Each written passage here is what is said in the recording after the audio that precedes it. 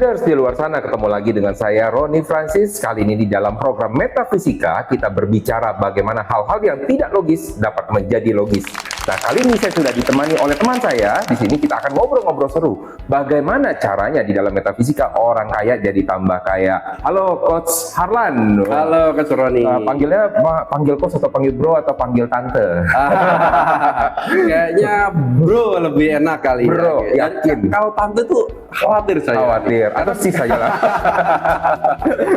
Oke, gini bro. Kita masih sore. Iya, gitu masih sore. Kalau malam baru tante.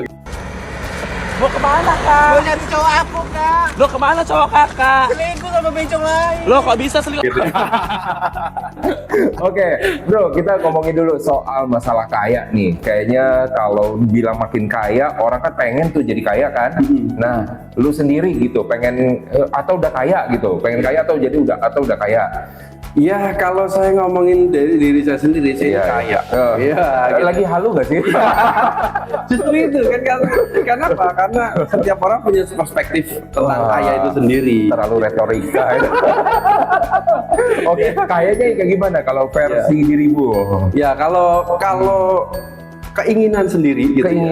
Keinginan itu kalau kaya ya tambah duitnya, tambah sejahtera. Jadi kalau beli apa-apa nggak mikir gitu ya. Ini nggak muna ya, kita bicara ya soal uang ya. Enggak betul. Karena kan terkadang indikator kaya itu uang itu perlu lah ya. Iya, gitu seberapa ya. banyak masalahnya uang? Betul. Kan punya kan uang kan? Punya, punya ada gitu. Berapa banyak yang Nah gitu? itu dia. Kadang kan kalau soalnya kaya nggak ya gitu. Tapi masih segini gitu. Mau beli masih mikir kan gitu ya. Iya. Jadi kalau saya sendiri gitu ya, melihatnya ya ada indikator berapa uang yang ada di rekening kita. Mungkin itu bisa kaya gitu ya. Oke, sekarang nanya nih, kalau lihat menu makanan, sebelah kanan atau sebelah kiri? Itu dia tuh, sebelah kanan. Masih sebelah kanan. Nah, artinya kan kita bisa melihat gitu ya, kalau masih sebelah kanan, mikir nih, rekeningnya cukup nggak nih kan? Oke, tapi kan kalau bisa kita bicara soal kaya, pernah sih nggak ngerasa ada orang kaya tuh ya? Banyak yang bilang, kok orang kaya makin kaya sih? Betul. Atau itu hasrat dari pribadi tuh? Iya, sering sih ngeliat kayaknya kok dia itu udah kaya, orang tajir gitu ya. Iya, orang-orang kok yang tambah tajir. Nah, kok duitnya tambah banyak gitu ya. Kita nggak ngerti. Apa ada ritual khusus atau gimana tuh? Justru kadang mikir, punya berapa tuyul? Untuk usaha itu kita modalnya adalah 3M. M1 adalah melihat, M2 memahami, M3 melaksanakan. Jadi andai kata 3M itu dilaksanakan dengan baik dan benar, insya Allah akan berhasil. Tapi akan cepat lebih berhasil lagi bila kita memelihara tuyul. Oh itu resepnya. Bisa jadi kan gitu bisa ya. Jadi. Ya, karena ada beberapa kan kita nggak ngerti ya, gitu ya. Karena kan ya kita nggak tahu aktivitas yang dia lakukan gitu ya. Sekuat apa dia kerja keras gitu ya, atau yang kerja kerasnya siapa? Itu dia kan nggak tahu. Iya. Pihak ketiga itu dia. Pihak ketiga. Oke, terus ritual dengan pihak ketiga tadi kan gitu ya. Ritual pihak ketiganya yang kerja keras. Itu dia. Gitu. Tapi kalau yang beneran ada nggak sih yang kalau misalnya selama ini kan mendampingi pebisnis ya kan? Betul. Ada nggak yang benar-benar lihatnya dulu kayaknya susah, akhirnya jadi tambah kaya, tapi dia betul-betul murni memang dia kerja keras gitu. Ada nggak yang dilihat kayak gitu? Ada. Tapi banyak atau sedikit tuh yang kayak gitu? Kalau yang berdekatan dengan saya itu masih belum banyak lah gitu ya. Tapi ada kok yang kemudian jadi benchmark saat ini gitu. Jadi memang ada contoh itu ada. Oh, tapi ada nggak yang juga kali ini kalau misalnya tadi bilang yang dulunya mungkin susah atau mungkin kurang gitu kan, jadi tambah lumayan sejahtera. Tapi ada nggak yang dari dulunya udah kaya nih bos kayaknya mau diapa-apain juga dia tetap kaya gitu. Ya mungkin memang pewaris ya gitu. Oh, jadi maksudnya pewaris tuh. Ya, kan pewaris startnya beda sama kita. Nol. Beda. Jadi kita start dari nol gitu ya. Mereka juga nol katanya. Nah, ini menarik nih. Tapi nolnya beda. 26. Duitnya 26. Ada kembaliannya kak? Iya.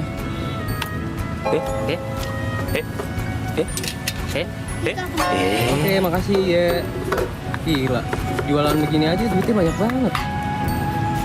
Dek, ini kayaknya ada dendam pribadi atau gimana tuh? Bukan sih, cuma lebih apa namanya ya, kurang pendengaran tuh kayaknya tergelitik dengan orang-orang, iya saya mulai dari nol, tapi ternyata background orang tuanya Oke. oh hebat gitu ya, memang bisnisnya gede gitu ya, sama-sama dari nol dengan kita, tapi nolnya beda. Nolnya nol gede gitu. Nolnya udah ada isi gitu. Udah ada isi. Iya. Tapi gini, setuju nggak sih bro kalau misalnya orang-orang pewaris tuh kayaknya ada mungkin yang bilang ya mungkin dia miskin deh, pasti dia kaya terus. Setuju nggak sih kayak gitu? Enggak. Kenapa? Pernah ngeliat ada orang yang jatuh pas waktu dia ngewarisin? Ada. Ada? Ya jadi kadang kan mau perlu tisu dulu. sedih sebenarnya. Oh ini cerita pribadi.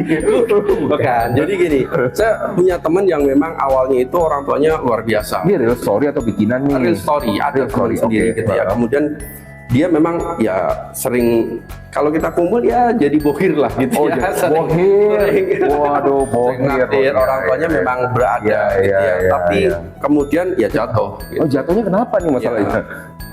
Seringkali adalah kesalahan manage gitu ya. Jadi Kesalahan manage. pertama salah Atau gara-gara tadi ngebohirin orang-orang mulu. habis duitnya.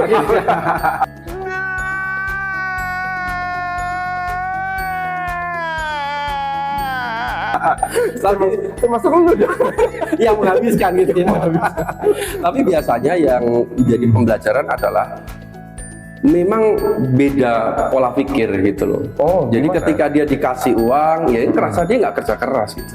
Dia enteng aja ngasih ngerjain sesuatu tanpa berpikir kira-kira gimana cara untuk melipat gandakan uang. Artinya adalah dia bekerja lagi, Gampang bos. lagi gitu. Kalau Ya. melipat gandakan uang itu Itu gampang. ada kasih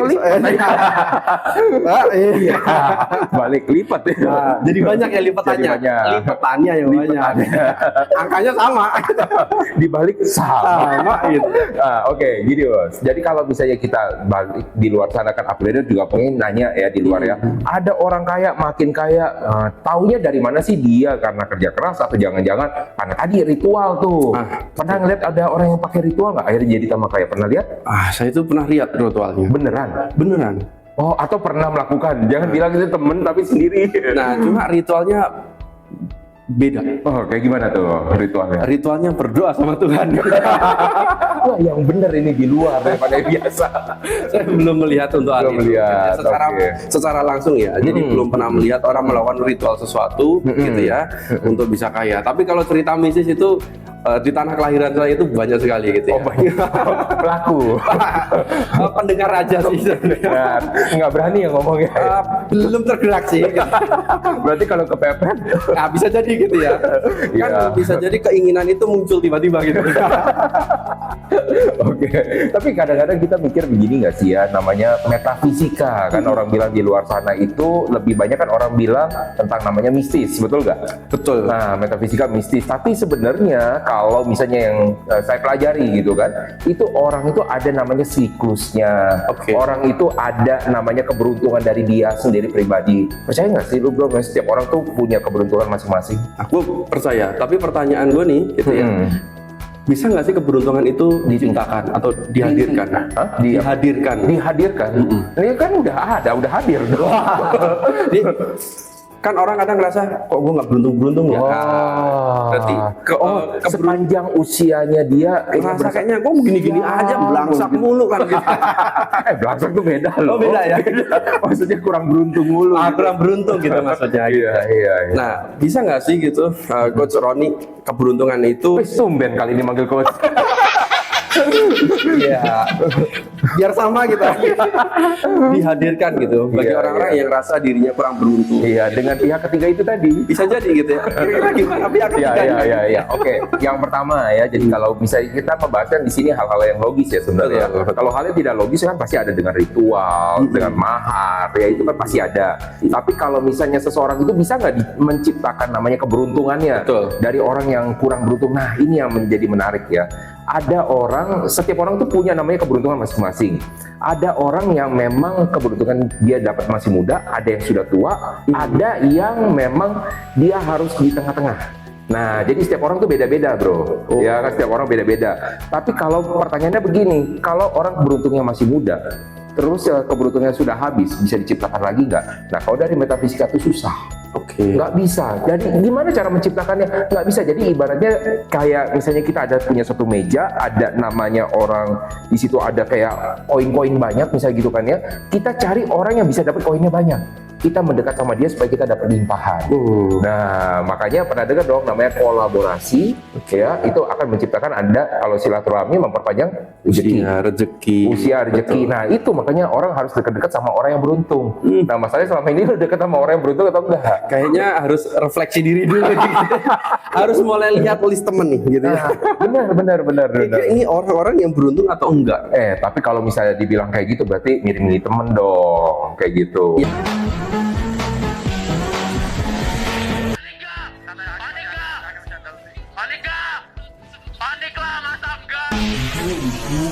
Ya kan nggak harus kemudian Langsung takut nih. teman-teman saya tenang ya, kita tetap berteman ya. Cuman frekuensinya berkurang gitu. Waktu ketemunya kita atur gitu. Yang lebih beruntung lebih banyak, yang kurang dikurangin. Iya, tapi saya agak tergelitik tadi. Berarti setiap orang itu punya volume tersendiri ya. Benar, ada kapasitasnya. Makanya ada orang yang misalnya udah dikasih kesempatan gitu kan ya, dimodalin, tapi orang itu nggak bisa kaya-kaya. Tapi ada orang yang cuman ibaratnya dikasih modal banyak lah, mungkin ya cerita-cerita pengusaha, saya modal cuma 20 juta awalnya, akhirnya jadi miliaran. Betul. Banyak. Tapi ada orang dikasih 100 juta, 1 miliar, bangkrut ya. Betul, sepakat. Kalau di dalam gitu ya, yang saya pahamin gitu ya. Iya. Kok makin serius nih kayaknya? Bukan. Ini mirip-mirip ya. Kita sedih gitu. Bukan kita sedih sih. Tapi tentang kapasitas tadi, volume tadi. Kan kalau di dalam agama saya gitu ya, mengatakan bahwa rezeki itu semua orang itu sebenarnya dikasih sama. Oh, semua sama. Sama dikasih rezeki. Berarti kalau ada ember, penampungannya sama semua. Sama semua. Bedanya adalah apakah kita mau memperbesar embernya atau enggak. Tapi kalau misalnya contoh, tapi ini boleh dong, nggak setuju ya? Boleh. Nah, kalau contohnya, kalau ini dari anak raja, anak sultan, kan nggak mungkin ember pertamanya sama. Gimana bisa dibilang sama? Kan Tuhan kasih rezeki sama, semua dikasih rezeki, tapi kapasitasnya beda-beda. Kapasitas beda-beda. Volumenya beda-beda. Itu betul, volume beda-beda. Tapi Tuhan kasih rezeki yang sama, semua dikasih, nggak ada yang tidak dikasih rezeki. Semua dikasih ya. Maka volume setiap orang dilahirkan itu beda-beda. Maka kalau sudah anaknya raja, volumenya pasti beda dong. Volumenya gede. Iya, anaknya petani, volumenya juga bisa beda. Gitu. Berarti kalau anak petani, dia nggak bisa sekaya raja dong, kalau gitu dibilangnya. Ayo. Ya bisa saja. Bisa. Tinggal mau raja sekelas apa kan gitu loh. Klarifikasi ini. Bisa saja kan semua ketika kita bisa aja contoh sebenarnya raja pun ketika anaknya itu punya kapasitas volume yang besar bisa jadi habis. Kok bisa habis? Katanya kan gede dia punya. Kalau kolamnya itu misalnya ya, kolamnya sudah diisi air. Udah penuh kan? Kita cerita tentang kolam fisika nih. Iya, betul. Nah, ini kan kolam itu ketika kayak rezeki gitu ya. Tuhan ini kan kasih terus gitu ya. Kalau diibaratkan rezeki itu kayak air hujan. Kan? Semua dikasih tuh. Alam semesta kena hujan misal gitu ya. Terus kalau misalnya jahat kita bisa nadahin punya orang gitu. Nah, enggak juga sih gitu ya. Dia depan kita aja nadahin enggak bisa gitu ya. Ngapain punya orang iya. Nah, kan dikasih semua. Tapi kalau seumumnya kita ngerasa anak raja tadi gitu ya, udah gede kok ngapain dia harus memperlebar lagi. Akhirnya kan dia stagnan. Dia nggak mikirin apapun, ya sudah yang penting dia gunain aja tanpa harus misal gitu ya, kalau di dalam Islam itu gitu ya, di dalam agama saya itu mengatakan bahwa yang penting kalau soalnya kita mau nambah rezekinya, maka kita harus perlebar wadah tandon yang ada di dalam diri kita. Caranya bagaimana? Ya ada yang bersyukur.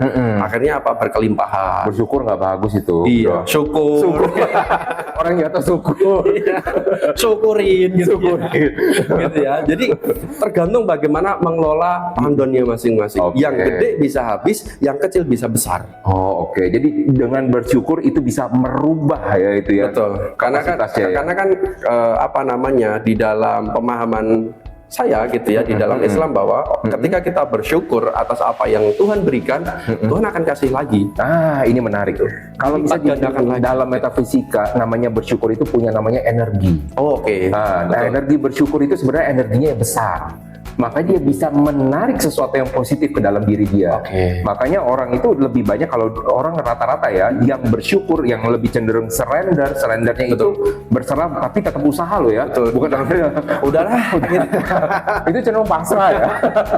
Ya, kalau berserah justru malah dia dapatnya banyak. Pernah nggak kita ngalamin istilahnya gini, aduh kayaknya nih kerja susah banget nih, tapi akhirnya kita ya udah tapi tetap melakukan upaya gitu kan ya, ketika kita menyerahkan semuanya malah justru datang. Dan kalau misalnya akhirnya kita maksa belum, malah akhirnya kita nggak terima. Pernah nggak ngerasa kayak gitu? Saya ngerasain itu. Ngerasain mana sendiri. Jadi ketika berserah, ya sudah ternyata Tuhan kasih jalan. Jadi ini salah satu cara untuk berserah, 100.000 dulu dong. Ada di sini sih, gitu. Ya, cuma tadi ini banyak gak ya? Gitu. Iya. Ya, saya ngalamin sendiri. Jadi kalau bercerita tentang perjalanan sendiri, saya kan menikah itu tanpa pekerjaan. Wah, ini upgrade sering patah hati loh. Jadi kalau teman-teman mau nikah nggak punya pekerjaan, nggak usah khawatir, ada temennya gitu. Karena pekerjaan itu bukan harus dengan perusahaan ya, kita bekerja di sebuah perusahaan nggak juga. Jadi harusnya ya kita bekerja, misal jadi freelancer kan juga bekerja. Kan banyak orang bilang gini, kadang-kadang ya kalau freelancer di luar sana, dibilang nih usahanya pakai tuyul nih. Loh, kenapa? Maksudnya nggak kelihatan kemana-mana, tiba-tiba banyak gitu ya. Tiba-tiba keluar Lamborghini, gitu ya. Bisa jadi. Gitu ya. Pihak ketiganya nggak kelihatan. Nggak kelihatan, tapi kan dia kerja. Sebenarnya. Betul. Jadi betul-betul waktu awal nikah itu nggak ada apa-apa. Kita dia cuma ada satu tempat untuk kita tinggal, ini kosongan aja sebenarnya. Sampai sekarang alhamdulillah gitu loh. Kosong lagi. Ya, alhamdulillah sekarang sudah pindah ke tempat yang lebih nyaman, ada kendaraan sendiri. Nah itu di awal kemudian meniti karir itu gitu ya, bukan karir sih sebenarnya, proses itu gitu ya. Itu ya saya berserah aja gitu. Saya udah berupaya maksimal. Kerja MC sudah gitu kan, panggilan dikit gitu. Panggilan dikit itu kayaknya dalam banget itu. Dalam banget itu gitu kan. Bantuin orang nulis buku, udah. Jadi satu buku di Depak gitu. Oh nggak dapet nih sama sekali royaltinya? Nggak dapet, ya udah dibantuin jadi launching, tak bantu ngurusin ke ISBN semuanya aku yang ngurus. Bikin buku kedua ketiga nggak diajak. Gitu. Kemudian bikin ikut freelance jualan website juga udah optimal pokoknya. Akhirnya sudah pasrah aja gitu kan. Kita sudah mengerjakan segala sesuatu yang terbaik menurut kita sudah kita kerjakan semuanya, ya sudah terserah Tuhan aja kasih jalan. Tapi tetap bukan berhenti ya, tapi kita tetap mencari jalan terbaik. Gimana sih Tuhan kasih rezeki yang terbaik buat kita. Seperti itu. Tapi pengalaman pribadi ya. Tapi masalahnya kita kan nggak pernah tahu jalan apa sih yang paling bagus. Nah, upgrader kalau di luar sana, yuk coba komen. Kalau Anda sendiri punya jalan untuk mencapai namanya kekayaan kayak gimana? Apa yang Anda lakukan? Apakah Anda melakukan tadi dengan ritual? Ya pasti enggak lah ya. Nyata dan tidak nyata. Nyata dan tidak nyata. Ritualnya itu maksudnya dengan berserah. Iya kan? Maksudnya ini yang positif ya. Ya dengan cara memang dia menambah kompetensi dia gitu kan. Nah itu. Nah tapi atau Anda juga punya pandangan yang lain. Tapi ada begini bro kan, kalau misalnya kita cerita metafisika nih ya, ada orang yang memang ditakdirkan tidak pernah susah hidupnya dia. Pernah tahu nggak ada orang yang kayak begitu? Jadi mau apapun, sesusah apapun dia, ada aja penolongnya. Pernah nggak denger kayak gitu? Dengar. Pernah, tapi aku belum pernah lihat orang yang secara langsung ya, tapi diceritakan banyak orang itu kayaknya kalau dia susah itu ada aja jalannya. Ada yang nolongnya, betul. Ya, kalau misalnya kita cerita itu ada dari soal agama kan ada bicara karma. Betul. Ya kan kalau soal itu ya. Tapi kalau kita secara metafisika memang ada orang yang seumur hidupnya dia beruntung. Tetapi bukan artinya dia beruntung terus, kan nggak mungkin namanya kita bilang siklus beruntung terus. Ternyata beruntungnya yang tidak beruntung itu di saat dia tuanya. Nah, di saat tuanya itu mungkin misalkan contoh yang tidak beruntung kita hitungnya 80 tahun ke atas. 70 dia udah meninggal. Ya, jadi kan dia tidak pernah melihat masanya itu di sana. Ya kan? Nah, ini bisa aja ada orang seperti itu dan pernah ketemu loh, Bu. orang seperti kayak gini. Memang dari antara misalnya 100 orang, 1 atau 2 orang Memang ada ya. ada kayak gitu, enak banget. Jadi lebih butuh effort ke kita dekat sama dia. Tapi kalau misalnya gini, contoh kalau misalnya lu sendiri pernah nggak ketemu dengan orang yang vibes-nya ini bakal jadi orang kaya padahal dia belum kaya, pernah nggak? Nah ini vibes loh kita cerita. Iya. Pernah ngerasain. Pernah ngerasain apa ya? Jadi kelihatannya sama gue ya. Iya, frekuensinya gitu ya. Ini kayaknya bakal jadi orang kaya nih. Makasih loh ya sudah. Salaman dulu. Oh, salaman, ya, siap. Jangan lupa ya. Iya, rekening sama kan? Sama. Jadi pernah ketemu apa ya, teman sih sebenarnya. Ngaku-ngaku temen nih. Bukan sih, tapi memang belum kalau dilihat dari kan kaya, sekali lagi ya ada orang mengatakan kaya itu dari sisi rekening, kekayaan dan sebagainya. Rekeningnya Ketemu gendut orang ya. Gendut gitu ya. Nggak cuma perut gitu ya. Rekening juga gitu. Nah, teman kadang aku ketemu teman itu yang kelihatannya masih biasa aja. Bisnisnya masih merintis, tapi vibe-nya ini kayaknya dia bakal bisnisnya jadi. Nah, taunya dari mana gitu, ngerasanya gimana? Ada yang kayak menggelitik kah? Atau kayak ada suara-suara, calon orang kaya nih, calon orang kaya. Bisikan ya, bisikan. Ya, kalau aku sih lihatnya dari sisi yang nampak ya. Pertama adalah kalau dari sisi agama gitu ya, aku lihat dia memang bagus gitu ya. Kemudian kuat gitu ya. Kemudian apanya maksudnya? Ibadahnya kuat. Ibadahnya kuat. Gitu ya. Kemudian tapi kan itu kan kita melihatnya kan udah lebih dalam. Tapi kalau dari pertama kali ketemu kan kita belum sampai dalam. Kalau yang pertama kali aku sih belum pernah ketemu ya. Nggak bisa. Belum pernah bisa ngerasain itu. Belum. Tapi cuma paling yang bisa tak rasakan adalah vibrasinya. Ini kayaknya orang positif ya. Gitu. Punya energi positifnya lebih banyak. Itu doang yang bisa tak lihat. Ya, tapi dari mana positifnya itu? Ya secara ngomongnya lebih positif, lebih nggak pernah melihat orang itu dari sisi negatif. Selalu ada hal positif dari setiap orang. Kayak gitu aja sih. Kayak gue tiap kali ngomongnya positif. Positif. Makanya kan setiap ketemu positif bos, positif. Iya. Jangkrik bos. Jadi nggak pernah negatif ya? Enggak. Iya. Gimana bos, positif? Positif gitu ya. Positif apa? Nggak tahu.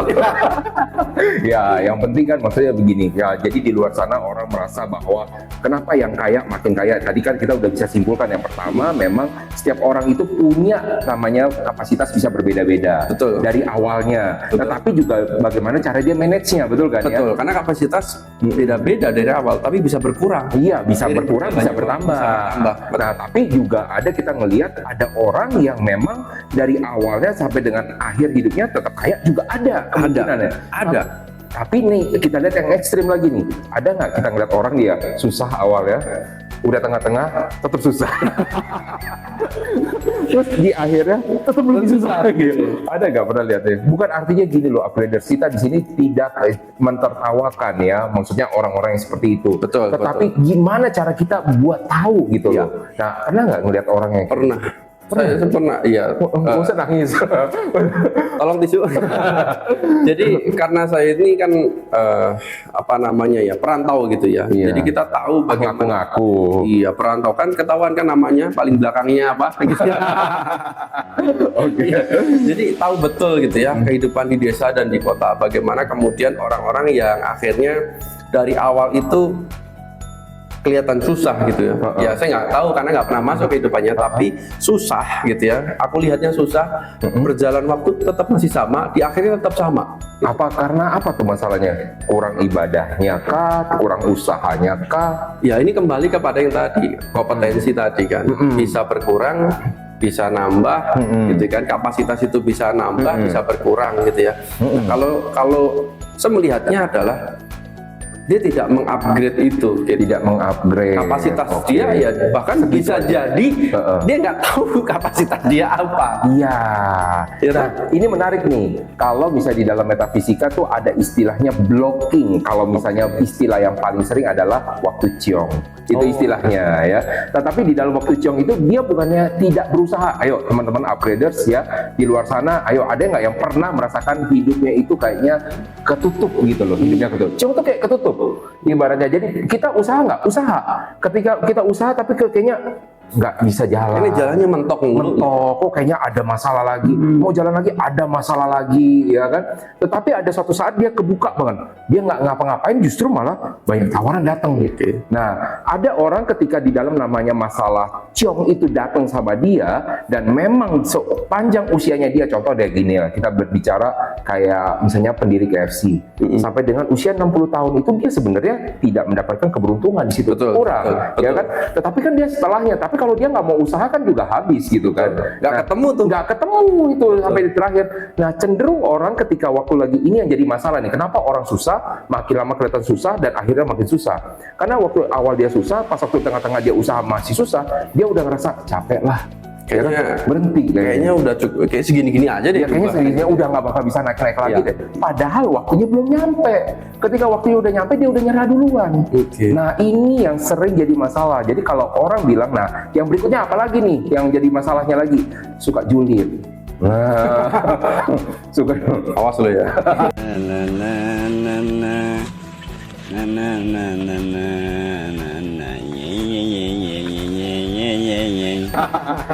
Jadi kalau pas waktu lagi orang kaya, misal contoh nih, ada misalnya Bro Pur jadi tambah kaya, bilang pasti pesugihan.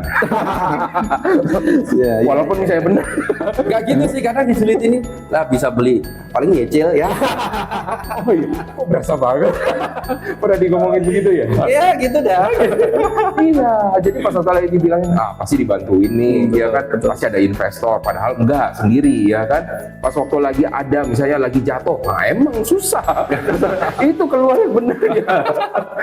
Tapi ada juga yang ngerasa kayak gini, misalkan yang nungguin banget, kapan lu susahnya?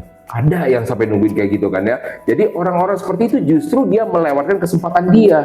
Nah, jadi orang-orang di luar sana, kalau upgraders di luar sana, kalau Anda mau jadi orang kaya, ya jauhi dengan julid, tapi banyaklah untuk bersyukur. Karena setiap orang, nah kesimpulannya di sini ya bro ya, setiap orang itu punya kapasitasnya sendiri, bisa tambah besar, bisa tambah kecil. Dan umur setiap orang ketika dia terbuka atau tertutup itu juga berbeda-beda. Jadi Anda juga harus tahu, lihat dulu vibes-nya kayak gimana.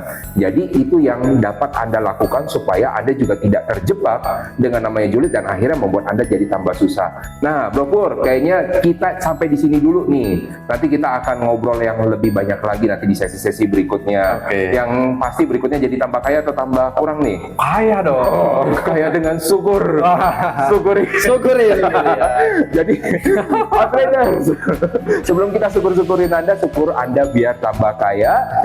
Anda harus sering nontonin dari program upgrade ini supaya Anda juga jadi tambah upgrade dan jadi tambah kaya.